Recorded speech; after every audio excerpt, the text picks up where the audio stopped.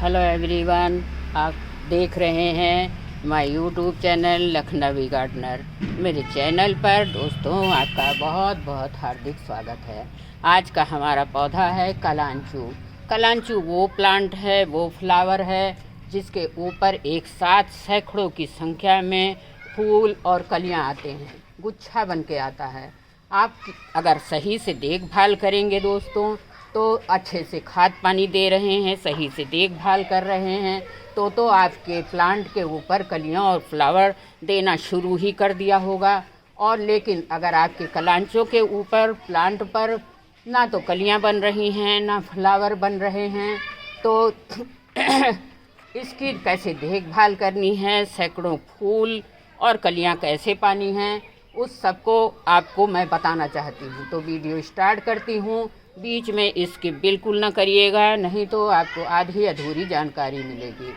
आप पहली बार मेरे चैनल पर आए हैं तो सब्सक्राइब ज़रूर कर दीजिएगा ताकि अच्छी अच्छी जानकारी आपको मिलती रहे। तो दोस्तों आपकी जानकारी के लिए बता दूं, कलांचू एक परमानेंट प्लांट है। इसको अगर आप एक बार अपने गार्डन में लगा लोगे तो आपके यहाँ पूरे साल के साल बना रहेगा। टिप्स नंबर 2 है दोस्तों कि ये विंटर का पौधा है। सर्दियों में इसके अंदर कलियां बनती हैं और फ्लावरिंग होती है। गर्मियों में ये तेज़ धूप में इससे बचाना होता है, इसको तेज़ धूप में नहीं रखना होता है। आप किसी शेड या छाया वाली जगह में रख दीजिए तो ये अक्टूबर नवंबर का महीना आते आते फिर से फ्लावरिंग के लिए तैयार हो जाएगा और सर्दियों भर आपके गार्डन में फ्लावरिंग करता रहेगा। तो देखिए, कलांचू 2 वैरायटी के होते हैं। एक होता है ये देसी वाला जिसमें इस तरह से छोटे छोटे मक्खी की तरह रेड कलर के फ्लावर आते हैं, और एक होता है हाइब्रिड जो उधर रखा हुआ है। दोनों ही सर्दियों में ही फ्लावरिंग करते हैं, मगर अंतर इतना है कि ये गर्मी के दिनों में भी सरवाइव करता रहता है, लेकिन हाइब्रिड वाला जो कलांचू है वो थोड़ा बचा पाना मुश्किल होता है। मेरे तो एक आध प्लांट हर गर्मी में ख़त्म हो जाते हैं।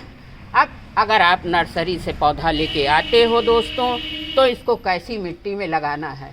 ये कैक्टस फैमिली से है, जैसी मिट्टी सक्लेंट फैमिली से है। जैसी मिट्टी हमको कैक्टस के लिए बनानी है वैसे ही मिट्टी कलांचू के लिए ही बनानी है। मतलब जो मीडिया बनेगा वो एकदम भुरभुरा होगा, उसमें 50% तो गार्डन सॉइल होगी दोस्तों और 40% सैंड होगी। 10% में आपको गोबर की खाद या या तो बर्मी कंपोस्ट का यूज़ करना है। आप बोन मील का भी इस्तेमाल कर सकते हो। बोन मील हमारे प्लांटों की रूट को बहुत ज़्यादा स्ट्रॉन्ग बनाने में और फ्लावरिंग करने में बहुत सहयोग देती है। तो आप बोन मील डालेंगे अगर सॉइल में तो भी बहुत अच्छा लगेगा। टिप्स नंबर 3 है कि इसने हमने लगा तो लिया, लेकिन कई लोगों का सवाल है कि इस सक्लेंट फैमिली से है तो मैम हम इसमें कब पानी दें, कितना पानी दें। तो इसकी मिट्टी मॉइस्ट रहना ज़रूरी है दोस्तों। इसकी मिट्टी को गीला रहना पसंद है, लेकिन देखिए मॉइस्चर है लेकिन पानी का अधिकता नहीं पसंद है, क्योंकि पानी की अधिकता से इनकी जड़ें गल जाएंगी। और जैसे अडेनियम की जड़ें होती हैं, इनको पानी बहुत नहीं चाहिए, होल्ड रखता है। उसी तरह दोस्तों ये भी अपनी पत्तियों में, स्टम्प में पानी को होल्ड रखता है। इसकी पत्तियां देखिए गूदेदार मोटी मोटी होती हैं, इसमें पानी स्टोर रहता है। तो इसमें पानी की विशेष ध्यान देना होगा। आपको तभी देना है पानी जब ऊपर का 2 इंच का मिट्टी आपको सूखा दिखाई दे। फंगस बहुत जल्दी लग जाता है दोस्तों इनके प्लांट में, और आपको ध्यान रहे अगर कोई इनके ऊपर से पानी का स्प्रे नहीं करना। बारिश अगर आ गई है तो कोई बात नहीं है, ऊपर से इनके पेड़ों को ऐसे छिड़काव नहीं करना है, नहीं तो पत्तियां देखिए इस तरह से पीली हो जाती हैं, ख़राब होने लगती हैं। और अगर कोई पत्ती इस तरह की टेढ़ी है, पीली है, तो आप फ़ौरन हटाइए, नहीं दूसरी पत्तियां भी उससे इन्फेक्टेड हो जाएंगी। देखिए ऐसा नहीं है कि सबके प्लांटों में होती हैं, थोड़ा बहुत तो चलता है। अब रहा दोस्तों इनके प्रोपोगेशन का, ये देखिए कितनी सारी पत्तियां निकल के आई हैं। अब इनको कैसे हम लगा सकते हैं, तो इनका प्रोपोगेशन बहुत आसान है। देखिए मैंने अभी 3-4 दिन पहले 3-4 कटिंग लगाई थी और आपके सामने है पूरी तरह से ग्रो हो गया है। कटिंग का ये तरीका है कि आप दो तरीके हैं। एक तो इसमें से देखिए नीचे से छोटे छोटे बेबी प्लांट निकलते हैं, ये जड़ के साथ होते हैं। आपको दिखाऊंगी, बहुत सारे बेबी प्लांट निकलते रहते हैं। ये देखिए इसमें रूट भी लगी हुई है, छोटा सा बेबी प्लांट है, रूट लगी हुई है, ये देखिए।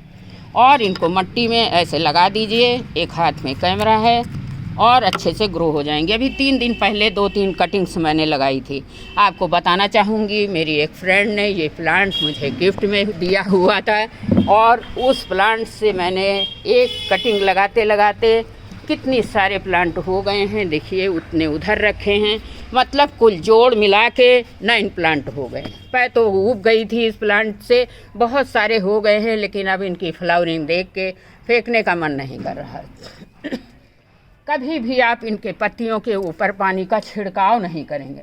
टिप नंबर 6 है दोस्तों, जो बहुत ही इम्पॉर्टेंट है। क्या है कि हमको इनको धूप कितनी देनी है। ये सकुलेंट फैमिली से है, जितना अच्छी धूप पाएगा उतनी अच्छी ही फ्लावरिंग करेगा। सर्दी के दिनों में इनको अगर आप 6-7 घंटे की धूप, मतलब फुल सनलाइट पाएगा, तो वो इसी तरह से देखिए फ्लावरिंग करेगा। और ये ऐसा नहीं है कि आज खिल जाए कल बंद हो जाए। एक बार अगर खिलता है तो मार्च अप्रैल के लास्ट तक इसमें फ्लावरिंग बनी ही रहती है। देखिए कितनी ज़्यादा फ्लावरिंग है, और ये कभी ऐसा नहीं कि सुबह खिले शाम को ख़त्म हो जाए। तो इसलिए आप इनको अगर फ्लावरिंग नहीं हो रही, कलियां नहीं बन रही हैं, तो फुल सनलाइट में रख दीजिए, फटाफट आपके प्लांट में इसी तरह की फ्लावरिंग होने लगेगी।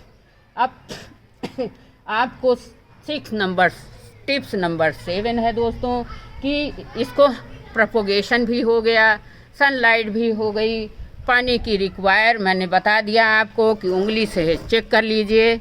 अगर 2 उंगली के निशान तक आपको सूखी दिखाई देती है मिट्टी, तो ही पानी डालिए, नहीं तो अगर कम पानी देंगे तो भी ये अच्छे से चलता रहेगा, इसका कोई नुकसान नहीं होगा। अब सबसे महत्वपूर्ण जानकारी है दोस्तों, पानी के साथ साथ धूप की आवश्यकता इस प्लांट को बहुत ज़्यादा होती है। अगर छाई में रख देंगे, पौधा बहुत बुशी होगा, पत्तियां बहुत सारी होंगी, घना भी होगा, लेकिन फ्लावरिंग नहीं होगी। इसलिए आपको फुल सनलाइट में ही रखना है। अब कई लोगों का सवाल है कि मैम आपके गार्डन में तो हर प्लांट में फ्लावरिंग बहुत ज़्यादा होती है, आप कलांचू को कौन सा फर्टिलाइज़र देते हो? देखिए, तो आपको बताया कि खाली फर्टिलाइज़र देने से गार्डन के कोई भी प्लांट फ्लावरिंग नहीं करते हैं। उनकी रिक्वायर पानी भी होती है, धूप भी होती है, उनकी ज़रूरत के हिसाब से सब कुछ देना होता है, तभी फ्लावरिंग होती है। अब कलियां नहीं बन रही हैं, फूल नहीं आ रहे हैं, तो इनमें मतलब ये है कि आपके प्लांट में फास्फोरस की कमी है। अगर प्लांट लगा रखा है तो प्लांटों की जानकारी होना बहुत ज़रूरी है कि प्लांट में फ्लावरिंग क्यों नहीं हो रही, कलियां क्यों नहीं बन रही हैं। तो आपको करना क्या है फास्फोरस की कमी के लिए दोस्तों, मैं तो यूज़ करती हूँ कभी कभी, क्योंकि मेरे गार्डन में आसानी से सारे प्लांट चलते हैं। समय समय पर इनके ज़रूरत के हिसाब से पानी, खाना, खाद सब देती रहती हूँ। तो अगर बिल्कुल कलियां नहीं बन रही हैं, सूखा खड़ा है पेड़ और फ्लावरिंग नहीं हो रही है, तो आप DAP के दाने, इस समय तो लेके नहीं बैठी हूँ, है भी नहीं इस समय मेरे पास, तो DAP के 4 दाने ले लीजिए और जड़ों से थोड़ी दूर पर मट्टी को ऐसे हल्का हल्का से खोद के ढीला करके 4-5 दाने एक एक प्लांट में दबा दीजिए। अगर ऊपर से पानी डाल दीजिए। अगर आपको लगे कि बोन मील बहुत ही कारगर फर्टिलाइज़र है, अगर आपको लगे कि हाँ बहुत ज़्यादा कम हो रहा है, मेरा प्लांट ग्रोथ नहीं कर रहा है, तो महीने में एक बार दोस्तों मैं तो इसका यूज़ करती हूँ, और जो सफलता पाती हूँ वही आपके बीच में शेयर करती हूँ। महीने में एक बार देखिए, एडेनियम के प्लांटों पर, उधर गुलाब के प्लांटों पर मैं सारे महीने में एक बार बोन मील का इस्तेमाल करती हूँ, और कभी कभी ओनियन फील्ड फर्टिलाइज़र का भी इस्तेमाल कर लेती हूँ, क्योंकि खिलते हुए पौधों को विकसित करने के लिए और ज़्यादा फ्लावरिंग के लिए पोटाश की ज़रूरत होती है, NPK की ज़रूरत होती है, तो नाइट्रोजन, फास्फोरस, पोटाश, तो वो हमारे ओनियन फील्ड के फर्टिलाइज़र में अच्छी तरह से मिलता है। मैं एक वीडियो में गुलाब के दिखा चुकी हूँ आपको। 2-3 दिन पहले मैंने गुलाब का वीडियो डाला था, मैंने दिखाया है उसमें ओनियन फील्ड फर्टिलाइज़र कैसे बना सकते हैं।